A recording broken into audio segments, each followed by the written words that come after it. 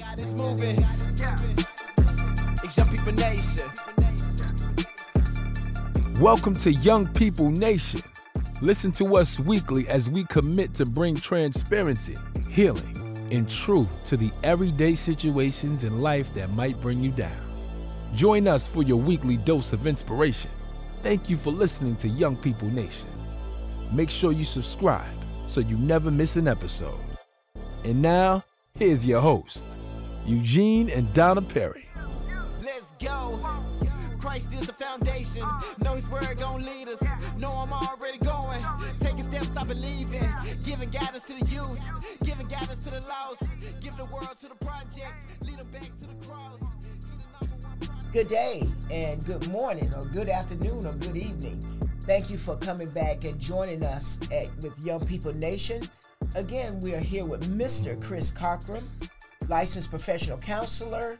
For over 40 years, he is a clinical director with Life Management Group in Augusta, Georgia.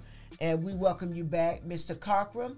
And we want to continue on this series of addictions. I want to ask you something how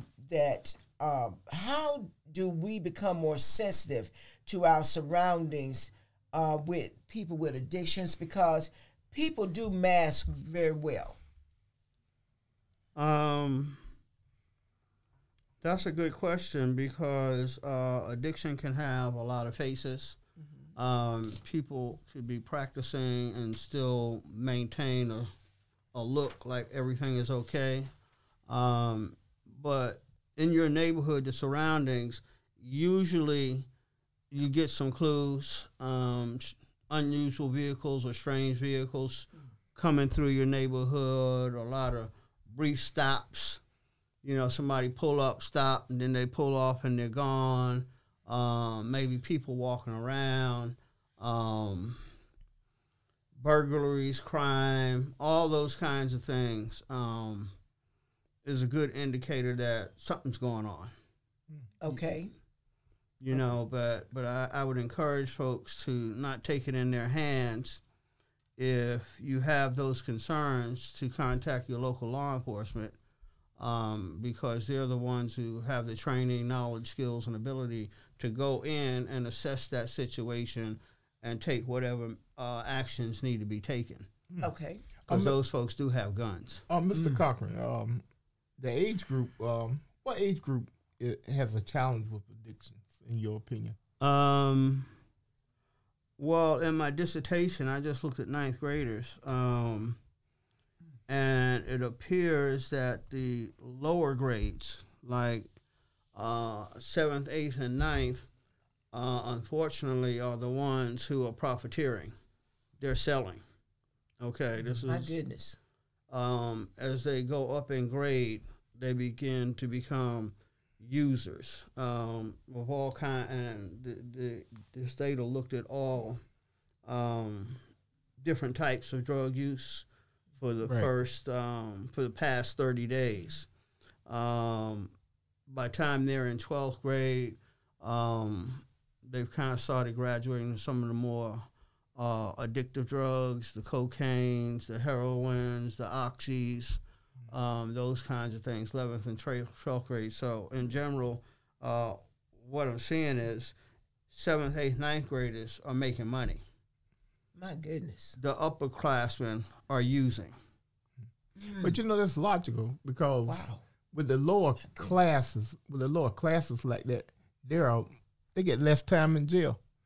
There are the people that you are less likely to think will be involved with drugs because they're so young. And in the juvenile system, these kids and all at their age can traffic or whatever drugs that's around, and if they get caught, the penalty isn't as bad. Right. And the drug dealers, the adults, a lot of times, they're well aware of those loopholes. So they may have a youngster selling, but I guarantee you they have lookouts or bodyguards. Right. So you don't think you're going, oh, it's a little 14-year-old, 15-year-old, you're going to take it. No, it doesn't go like that. But they know if the 14-year-old, as you just said, it's a much lighter sentence, plus the record being expunged and all those kinds of things. I know in my lifetime, me and another guy was having a conversation. He was from Detroit, and this kid was sentenced to jail with the adults. He had to be around 12 or 13 years old, but he was the biggest drug dealer around, and he had all kinds of he was a drug mafia head man, if you want to say that, and by him being so young like that, he was overlooked that he had a drug empire at that young age. Wow. He had Cadillacs. I think I saw that too. Had Cadillacs, clothes. At 12. At 12. My goodness. But just the fact that in school, a 7th or 8th grader, my goodness. Well, and see, part of it too, and this is part of the research I'm doing, is looking at if students are engaged or connected to their school environment. That usually is indicative of they participate in school activities, they support school activities, they feel the teachers are caring, the discipline is fair, all those kinds of things. So in that kind of school or academic environment, the kids are less likely to make those kind of high-risk decisions. Okay. But students who don't feel connected to their school, well, they're maybe in school because they're tired of running from the truant officer, but they're not learning. They don't feel like the school has anything for them. They don't feel like it's a worthwhile place. They don't feel respected. It's not a safe place. A lot of peer victimization and bullying and drug abuse and dropout rates and all those things. And in some instances, what I've noticed is that people focus on more the lower income than per se the higher income, but sometimes the higher income is worse than the lower income. The richer kids are worse than what society may say is poverty-stricken. Well, and a lot of times what happens is the wealthier kids have more discretionary income. Kids living in poverty, at the poverty level or lower, they're not really trying to use what they're selling. They're trying to buy food for their brothers and sisters or pay rent and those kinds of things. You don't see them pulling up in the drug neighborhoods in BMWs. Correct. Okay, and those kinds of things. And we used to see a lot when I ran the project in Atlanta. You'd see a lot of that. I'm not going to call names, but one county was supposedly one of the upscale counties, but it was suburbia. So mom and dad would leave the kids $50, $100 on the refrigerator because they're leaving at 5, 6, 7 in the morning, not getting home until 5, 7 o'clock in the evening, and the kids are on their own. Wow. So here you had $100 a day.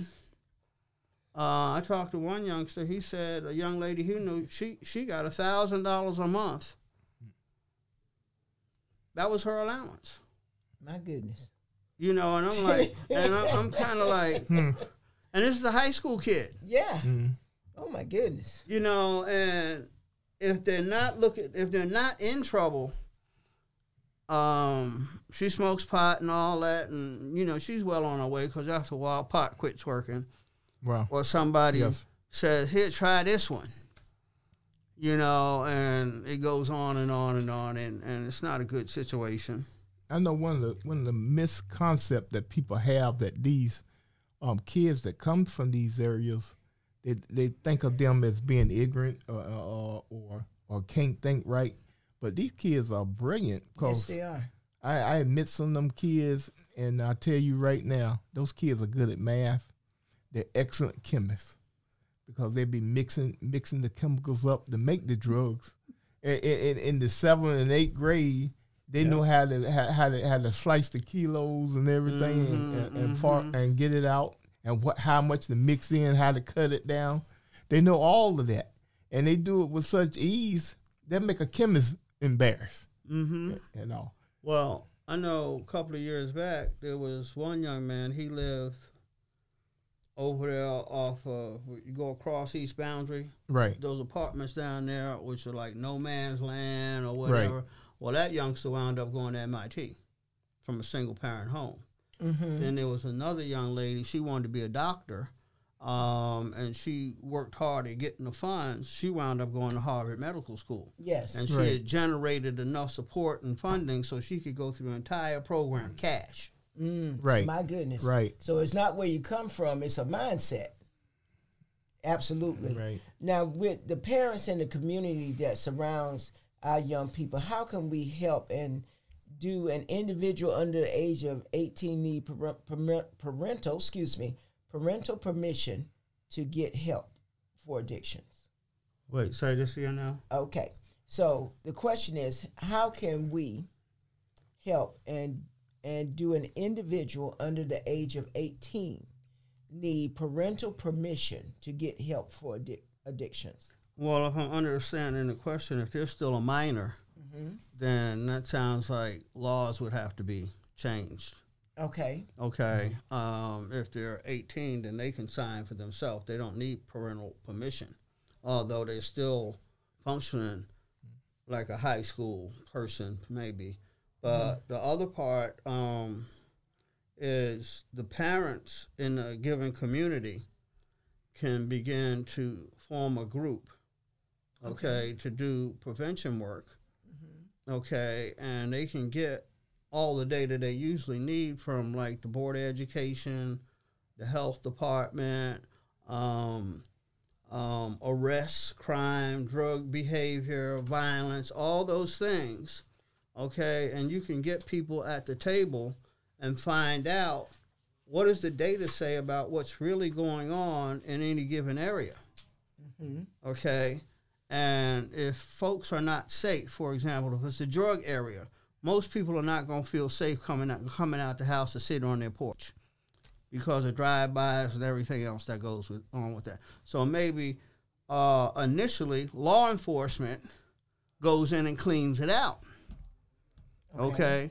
Now we know it's a safe environment. Then people can start coming out of the house, okay, and start engaging in community activities or planting a garden, whatever, and feel safe. But it's a process. Bless the police and the fire department. These guys, these men and women go in there and try and resolve issues that don't even have anything to do with them. Okay, but hopefully there's more purpose to it than locking somebody out or putting out a fire, and then you leave and then you just parked over here kind of watching the neighborhood. You become part of the neighborhood. Okay, and then that's where you get kids that say, I want to be a police officer. They couldn't say it before because it could be problematic for them. Community development. Community development, exactly. Exactly. That's what prevents this kind of stuff going on. Okay, same thing with the school connectedness. If I come from an environment, okay, that's focused on positive, then in order for me to stay in that environment, I need to get with the positive or I'm going to have a struggle and probably leave. Okay? Just like the military, they do it better than anybody. They take people from all over the universe. I think they got some Men in Black people in there. Okay? And after, 6 weeks? Yep, 6 weeks. All of them got the same haircut, look the same, talk the same. Wow. Walk the same. Walk the same, all that. Yes. Okay, and from what I hear, usually are pretty loyal to their fellow soldier. Absolutely. Oh, yeah, they build that cohesion up between each other to the point where you cannot do anything about your buddy. Think about your buddy first in your country before yourself. And with that dedication and all, you build a cohesive brotherhood. And all. And they're all for one for all. Wouldn't that be powerful for the community if that at that level how the military is, that when we see just like when we were younger, if the neighbor saw me doing something I had no business doing, the neighborhood would come together to help me right on out, okay? And so, of course, you can't do that in these times because it's totally totally different. Yeah. However, I was looking at something. My husband and I were talking, and I saw on the news where there was a lack of treatment centers.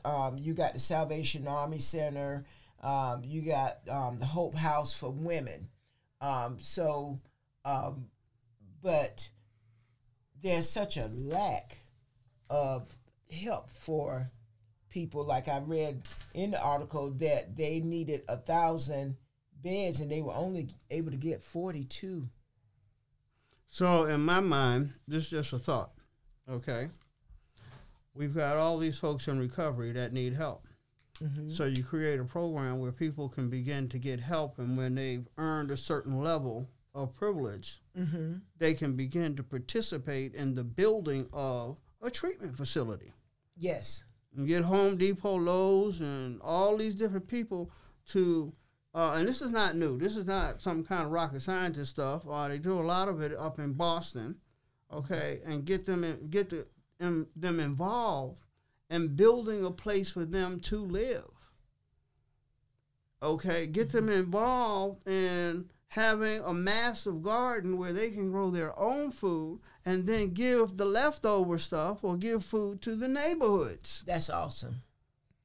Okay, but the issue is getting people on board. You know, there are several naysayers. Well, I think outside looking in, you know, they got the mentality of, well, if you're not standing on my foot, I don't feel your pain. And I'm not concerned with your problems if it's not in my neighborhood. That's the problem. They don't physically see that problem coming over there to them until it's their family member. That's right. That got stuck in a trap. Exactly. And they haven't been able to find him for 2 days, and when they find him, it's my God. Yeah. And it's we got to do something. And it's everybody's fault. It's everybody's fault but them. Well, and a lot of times, that's why the person winds up back in that same situation, because they're learning that it's not my fault. I'm not responsible. You know, it's like sometimes I might say to an alcoholic, you into them elbow bends. Right. Okay. And I asked him, did somebody make you bend your elbow? You know, because see, I say to them very clearly, because I understand their life is on the line. This is not a joking matter. Yes. And I let them know, you can never trick me. Okay? Because if you make good decisions and do the right thing, hopefully your life is going to get better and you will benefit from that. Yes. If you make some other kind of decisions, well, you get what you get. But this is an opportunity for you to maybe learn how to do something different. And so when progress happens, and you're saying that they could never trick you or deceive you, you'll see the change, because is the change on a consistent level? Well, sure, they begin to talk differently. They have a different perspective on life. You hear more about hope. You hear them begin to talk about the fact that they recognize that they're responsible for the condition of their household, and why should they expect, because they have 2 weeks clean, for their family to welcome them back home in open arms when you have been doing your thing for years. Right. Okay, you know, and I tell them, if you really want to get back with your family, the best thing you can do is one day at a time, stay clean. One day at a time. One day at a time. If you do that, that gives your family hope. They don't want to hear this because they've heard that. They've heard, oh, baby, I'm not going to do it anymore. And just this one last time, and that's just it. Let me get $5 and on and on and on. They've heard all that. They're done. You actually need the family to be accountable in policing this individual. No, not policing. The family probably needs to work on themselves and all the feelings attached to having to watch a loved one slowly kill themselves. That's right. Okay. Okay. A lot of grieving goes on, a lot of feeling angry, a lot of, well, why didn't I do this? Or I shouldn't have done that, and on and on and on. They need to work on themselves. That's right. Okay. I have a movie that Martin Sheen did. It's called No More Screams, I think. I'll get the title. I might have it at the office. It's a super powerful movie about the recovery process, and it starts where his wife, he's on the couch, he's already late for work or whatever, and she says, I'm not calling in anymore. I'm not calling your boss anymore. You got to figure it out. Right. Okay, and it just kind of gives a real good snapshot of the process of recovery. There's so much that goes into this process, but at the end of the day, if you want it, it's there. If you still want to go back out and try it another way or try it your way, addiction will be glad to have you. Self-responsibility. Well, self-responsibility, being sick and tired of being sick and tired, being disgusted at who you see when you look in the mirror, hating looking at your wife or kids and seeing the pain in their eyes, because they still love you, but they're watching somebody they love kill themselves. Right. My goodness. And they can't do it. And see, the worst part is you can't do anything about it. Can't fix it. Can't fix it. My goodness. That's terrible. I mean, you can scoop them up, put them in a treatment program, but if they don't want it when they get out of treatment, right back. Right back. In our next session, we are going to be talking about some resources and how parents and how spouses, siblings, family members can help in the process of a loved one with addiction. So any closing remarks? And one thing, please let me give out this National Suicide Prevention Lifeline. It's 800-273-TALK. That's 800-273-8255. Also, we have a crisis text line. Not we, but there is a crisis text line. Text HOME to 741-741. This is available to you 24/7 for mental health support via text messaging. And remember, there's always hope. This has been Young People Nation. Let's go. Christ is the foundation. Know his word gon' lead us. Know I'm already going. Taking steps I believe in. Giving guidance to the youth. Giving guidance to the lost. Give the world to the project. Lead them back to the cross. He the #1 prospect. He the top boss. I was broke, I was empty. He the one that paid the cost. Really thought that I was cool. There was nothing like the Savior. Now it's time for the truth. The whole world been waiting. It's Young People Nation. It's Young People Nation. It's Young People Nation. It's Young People Nation. It's Young People Nation. It's Young People Nation. It's Young People Nation. The whole world been waiting. Whatever you going through, I know what he gonna do. Don't matter the circumstance, we going back to the root. Keep going, keep going. Let that seed keep growing. You need peace and we know it. Now it's time to live holy. Young People Nation. You know what time it is. Young People Nation. Get ready, the time is here. Get ready, we vibing here. We about to let God in here. Young People Nation. It's Young People Nation.